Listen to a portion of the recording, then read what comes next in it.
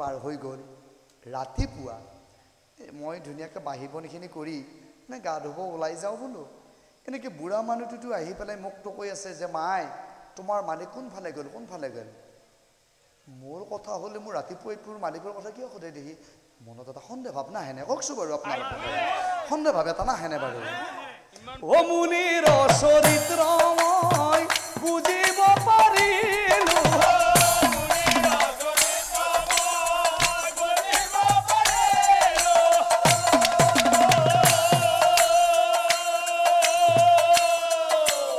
ও এই কথা যাই মই স্বামীক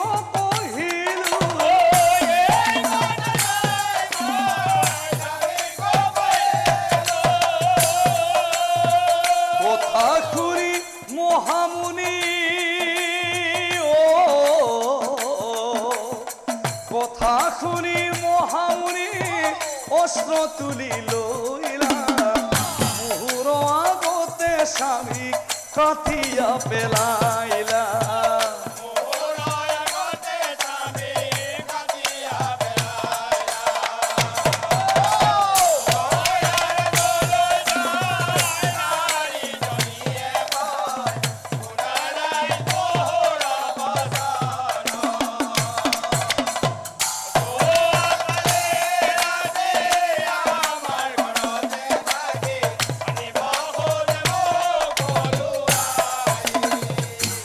শুনিলে আসল কথা মানে এটা আমি মুনিকো সোধা হোক হে মহামুনি মনৈক্য আপোনাৰ নামটো চিনাকি কিন্তু মানুহজন চিনাকি আমি মুনি হৈ এই জঘন্য কামটো কিয় কৰিলে সুন্দৰকৈ প্ৰকাশ কৰক মুনিব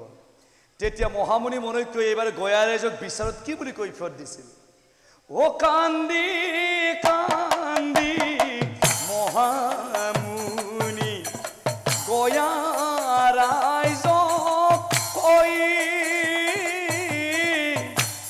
প্ৰভুসকল নাৰীজনী হলে কিন্তু সঁচা কোৱা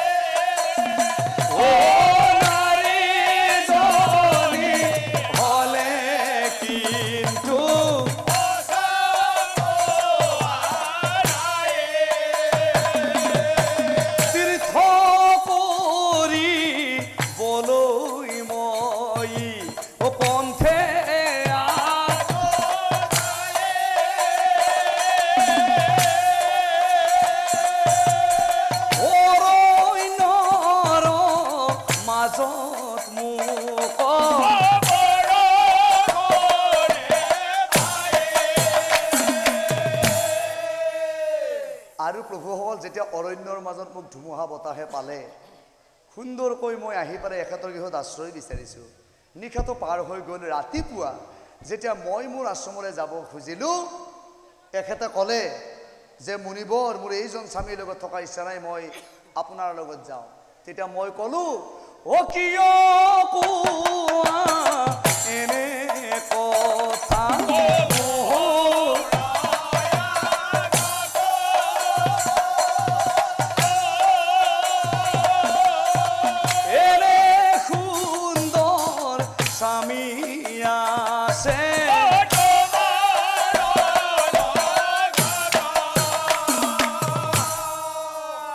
নিৰুপায় হই নিজে তাই অস্ত্ৰ তুলি মই শাস্ত্ৰৰ শপত খাই কৈছো ৰাইজসকল নিজৰ স্বামীক নিজে তাই নিজৰ স্বামীক নিজে তাই লগে লগে দুষ্ট নাৰীজনী আকৌ ক'লে এই আপোনালোকে এবাৰ ভাবকচোন ৰাইজসকল কোনোবা নাৰী এজন নিজৰ স্বামীক এনেকৈ কেতিয়াবা নাই নাই নাই নাই নাই আমি আগতে গিলা দেখা নাই হয় প্ৰভুসকল এখেতে ঠিকই ক'লে যেহেতু এই কৰ্ম আমি আগতে দেখাও আৰু শুনাও নাই বিচাৰখন প্ৰায় একপক্ষীয় হৈ গ'ল প্ৰভুসকল এই নাৰীজনী ঠিকেই কৈছে যে কোনো নাৰীয়ে নিজৰ স্বামীক এনেকৈ কেতিয়াও কাটিব নোৱাৰে যিহেতু এই কৰ্ম আমি আগতে দেখাও বিচাৰখন 100% একপক্ষীয় হৈ গ'ল গতিকে আমি আৰু সময়বিলাক অপচয় নকৰোঁ মুনিয়ে এই জঘন্য কাম কৰাৰ অপৰাধত এখেতক এনেকুৱা এটা শাস্তি দিয়া হওক যাতে ইতিহাসত লিপিবদ্ধ হৈ থাকক যাতে এই কৰ্ম আৰু ভৱিষ্যতলৈ কোনেও কৰিবলৈ সাহস নকৰে মোৰ ভাৱটোহে প্ৰকাশ কৰিছোঁ দেই প্ৰভুসকল গতিকে এই মুনিজনক এনেকুৱা এটা শাস্তি দিয়া হওক মুনিজনৰ দুয়োখন হাত কাটি দিয়া হওক মুনিৰ দুয়োখন হাত কাটি দিয়া হওক এই কথা শুনি একো ডেকা ৰৈ নাথা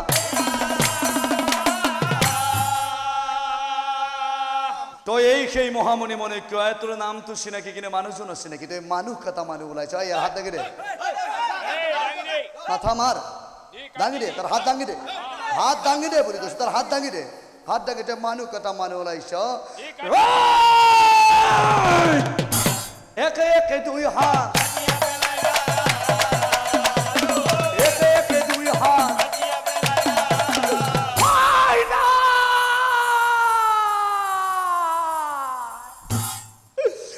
দুই হাত পৰিল মুনিৰ ভূমিৰ ওপৰত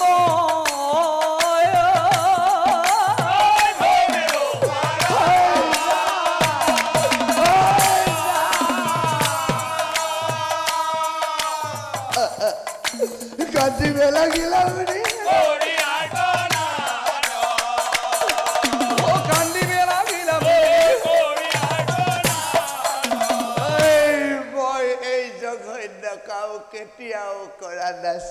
কেতিয়াও কৰা নাছিল আপোনালোকে দুষ্ট নাৰীজনীৰ কথাত পতিয়ন গৈ মোৰ হাত দুখন কাটি পেলালে হে হাত জন্মৰ পৰা আহিলি তহঁত মোৰ লগত আজি এৰি থৈ যাম মই বিনা দুখত ৰাইজ আপোনালোকে মোৰ এই হাত দুখন পেলাই নিদিব শিয়াল কুকুৰক খাবলৈ নিদিব কিয়নো মই জনাত মোৰ এই হাত দুখনে কোনোদিন পাপ কাম কৰি পোৱা নাছিল প্ৰতিদিনে মোৰ এই হাত দুখনে শাস্ত্ৰৰ পাত লুটিয়াই আছিল গতিকে মোৰ এই হাত দুখন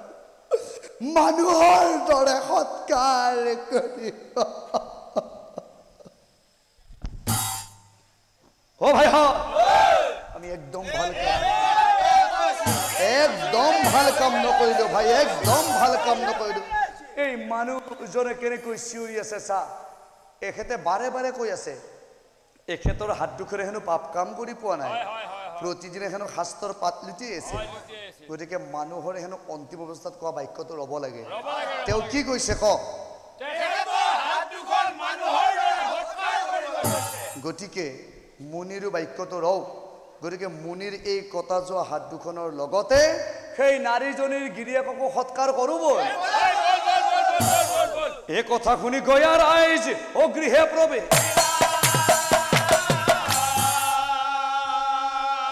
আচৰিত কাণ্ড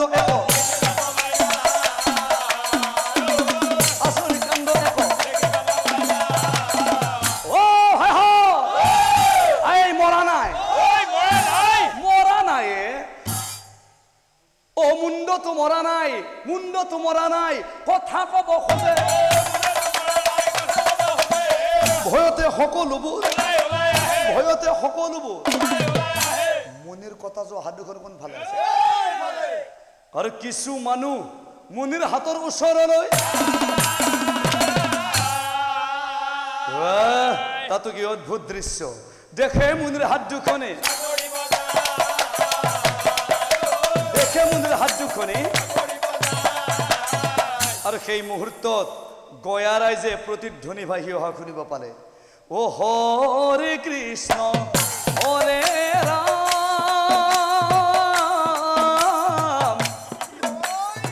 লোৱা হবে কৃষ্ণৰ নাম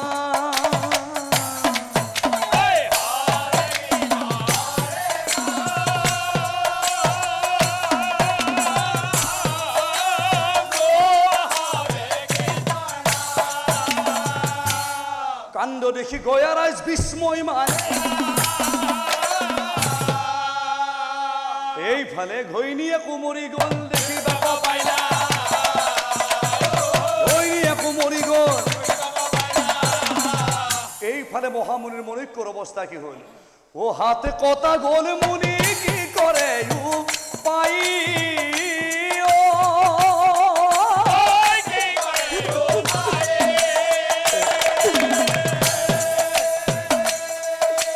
কান্দি কান্দি আসল কান্দি কান্দি আসল কান্দি কান্দি কেকাই কেকাই মহামুনি পুনৰ আশ্ৰমত উপস্থিত হ'লগৈ শিষ্যগণে বোলে গুৰু কিবা অঘট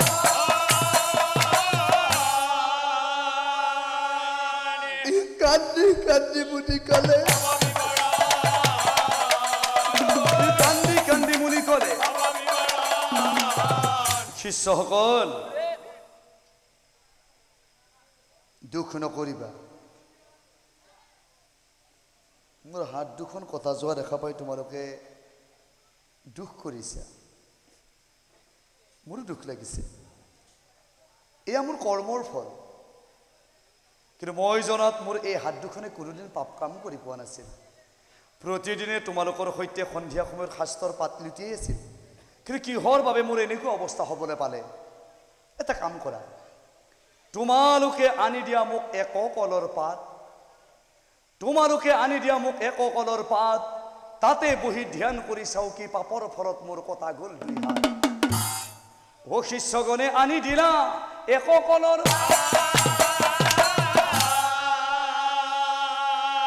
কলৰ পাতত মুনি কলৰ পাতত মুনি ও এক মনে নাৰায়ণ তুতি আৰু মেলা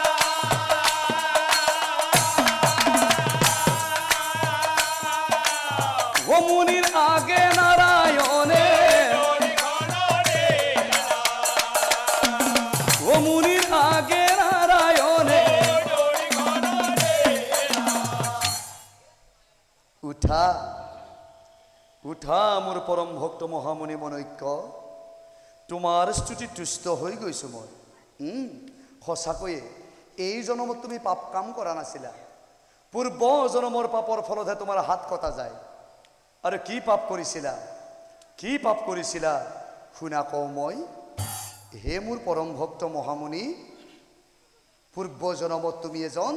ব্ৰাহ্মণ আছিলা আৰু সেই সময়ত কি হৈছিল তুমি একান্ত মনে শ্ৰৱণ কৰি যোৱা সেই সময়ত ও এজন আছিল কসাই তাৰ পুত্ৰ কন্যা নাই সেই সময়ত এজন কসাই আছিল আৰু সেই কসাইজনৰ কোনো ল'ৰা ছোৱালী নাছিল ও মাংস বিক্ৰী কৰি তেওঁ জীৱন কটাই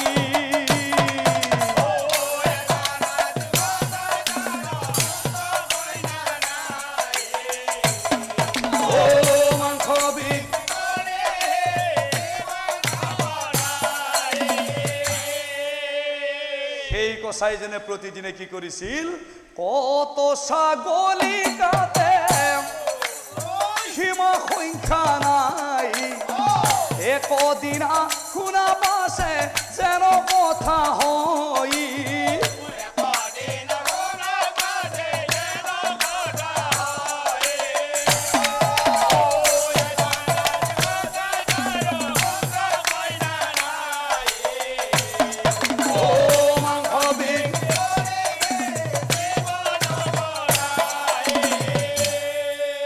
আৰু এদিনাখন সেই কসাইজনে কি কৰিলে ও এজনী ছাগলী কসাই টানি লৈ যায়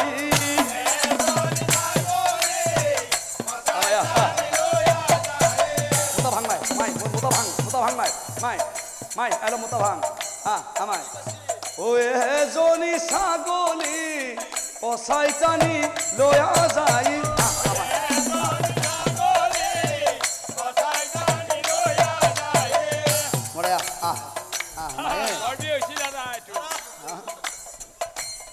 কসাই টানে আগলৈ সাগৈতারে পিছলো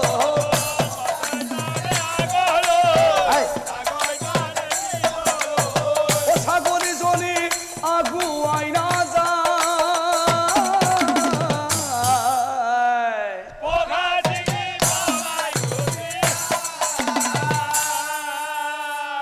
পঘা সিঙি পলাই যায় পলাই যোৱা সাগরী জনি হুয়া মহাওনা থিনি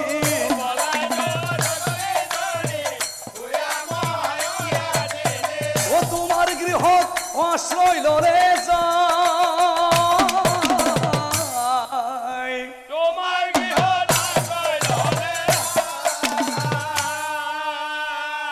তোমার গৃহলে গৈ সেই সাগরীজনী কান্দি কান্দি কৈছে যে গুৰুদেৱ ও কসাই এক আহি আছে মোক ধৰি নিব পাছে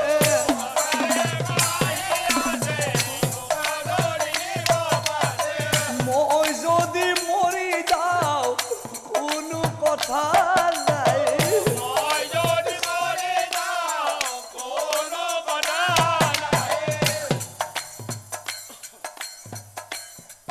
গুৰুদেৱ মই যদি মৰি যাওঁ তথাপিতো মোৰ ওপৰত ইমান মায়া মোৰ নাই কিন্তু বৰ্তমান মই গৰ্ভৱতী মই গাভিনী আৰু মোৰ প্ৰসৱলৈ বেছি দিন নাই মই যদি মৰি যাওঁ মোৰ এই গৰ্ভত থকা পোৱালিটোৰ ও কি হ'ব বিলা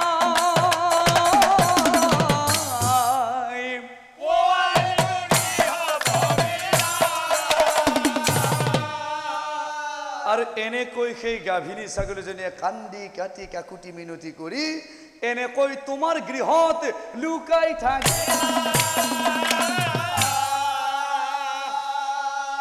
হেনো কালে কসাই আহি আৰে হেনো কালে কসাই আহি গুৰুদেৱ অলপ আগতে এইফালেদি বগা ছাগলী এজনী আহিছিল নেকি সেই গুৰু বগা ছাগলী অকণমান আগতে এইফালে অকণমান আগতে হয় হয় বগা বগা বগা ছাগলী ও আহিছে বাপাই আহিছে কোনফালে আছে আহিছে হৌজনী ও তাকো দেখি গছাই মন আনন্দ মিলিলা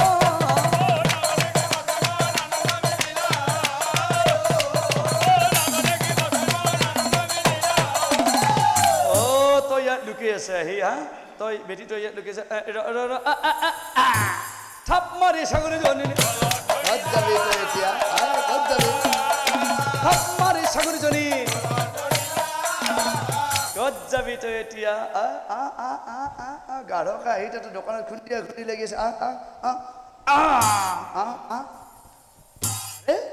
টানি টানি ছাগলীজনীক লৰাব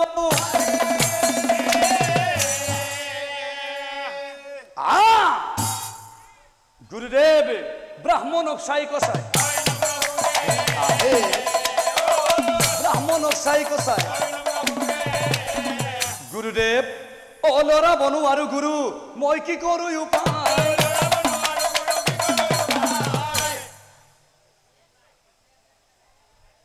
গুৰুদেৱ আহকচোন অকণমান অকণমান মোক সহায় কৰি দিয়কচোন হে গুৰুদেৱ আহকচোন আহক আৰু তেতিয়া সেই কচাইজনৰ কথা শুনি তুমি কি কৰিছিলা সেই ছাগলীজনীক সেই মাহে যা যা যা যা যা যা যা যা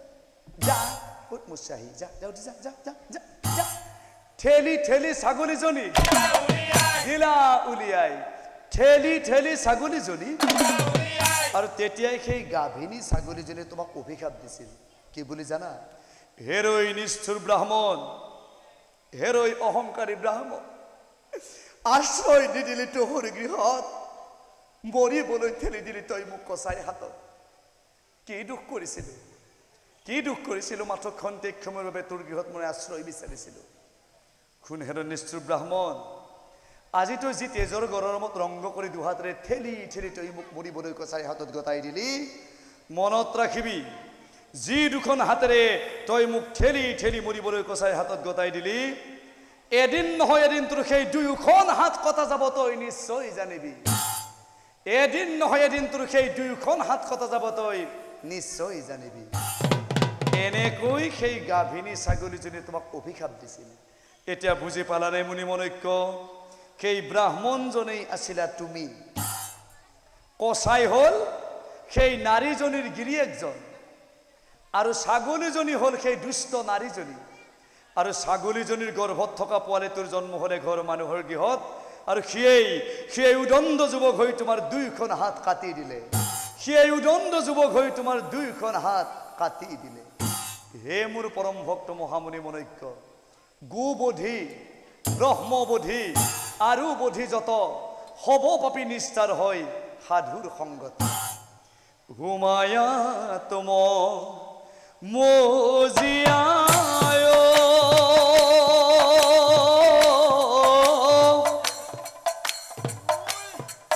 ও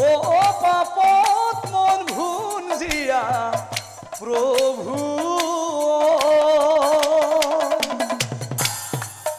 ও মই মহাপাপী প্রভুক না জানিলু ও প্রভু এই জীবন বিফলে যায়